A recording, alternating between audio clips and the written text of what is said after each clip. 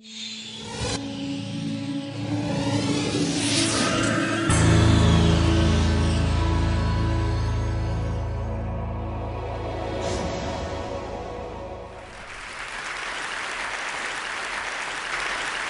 like to talk about my dad.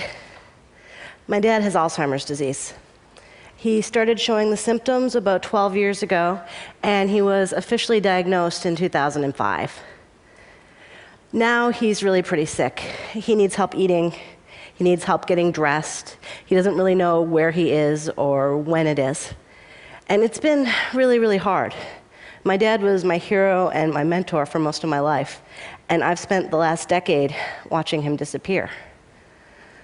My dad's not alone. There's about 35 million people globally living with some kind of dementia. And by 2030, they're expecting that to double to 70 million. That's a lot of people. Dementia scares us.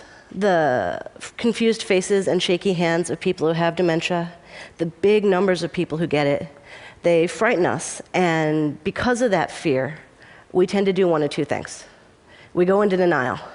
It's not me, it has nothing to do with me, it's never going to happen to me. Or we decide that we're going to prevent dementia, and it will never happen to us because we are going to do everything right and it won't come and get us. I'm looking for a third way. I'm preparing to get Alzheimer's disease. Prevention is good, and I'm doing the things that you can do to prevent Alzheimer's. I'm eating right, I'm exercising every day, I'm keeping my mind active.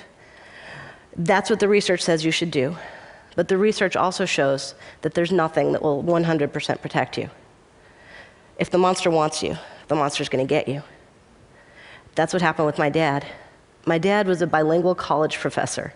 His hobbies were chess, bridge, and writing op-eds. He got dementia anyway.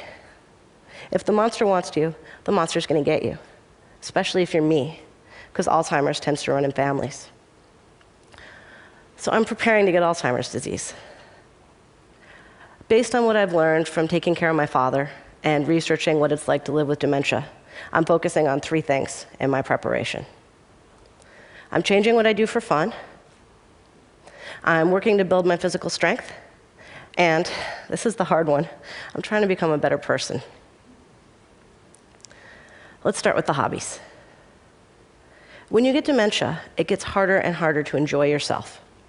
You can't sit and have long talks with your old friends because you don't know who they are. It's confusing to watch television and often very frightening. And reading is just about impossible. When you care for someone with dementia and you get training, they train you to engage them in activities that are familiar, hands-on, open-ended. With my dad, that turned out to be letting him fill out forms. He was a college professor at a state school. He knows what paperwork looks like.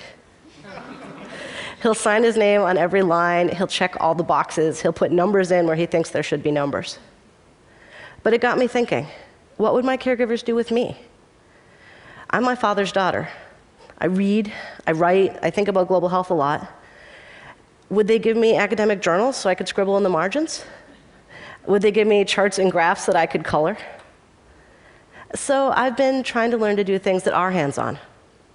I've always liked to draw, so I'm doing it more, even though I'm really very bad at it.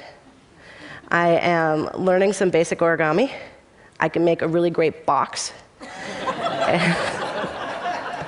And I'm teaching myself to knit, which so far I can knit a blob. But you know, it doesn't matter if I'm actually good at it. What matters is that my hands know how to do it. Because the more things that are familiar, the more things my hands know how to do, the more things that I can be happy and busy doing when my brain's not running the show anymore. They say that people who are engaged in activities are happier, easier for their caregivers to look after. It may even slow the progress of the disease. That all seems like win to me. I want to be as happy as I can, for as long as I can. A lot of people don't know that Alzheimer's actually has physical symptoms as well as cognitive symptoms. You lose your sense of balance, you get muscle tremors, and that tends to lead people to being less and less mobile. They get scared to walk around, they get scared to move.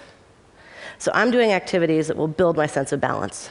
I'm doing yoga and Tai Chi to improve my balance so that when I start to lose it, I'll still be able to be mobile. I'm doing weight-bearing exercise so that I have the muscle strength so that when I start to wither, I have more